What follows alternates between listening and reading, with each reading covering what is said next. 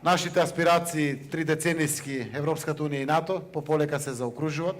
Верувам дека парламентот ќе ја заврши својата задача, со тоа ќе испрати сериозна охрабрувачка порака до сите инвеститори и странските во Македонија, но и домашните инвеститори, дека конечно е траен мир, стабилност, сигурност, безбедност. Ова е пример за економијата и за инвестициите, но истовремено од почетокот на јуни 2019 година, јас го нарекувам политички меден месец за Македонија, каде што деловниот сектор треба да се подготви да ги искористи бенефитите. Влегуваме во фаза каде што Македонија ќе има само придобивки, а ќе нема облигации или обврски према Европската унија. А зошто? Заради тоа што Европската унија овде преку ваквите алат ќе има механизми како да го дига нашиот економски стандард, се додека не бидеме подготвени да не пушти и да бидеме полноправна членка на Европската унија.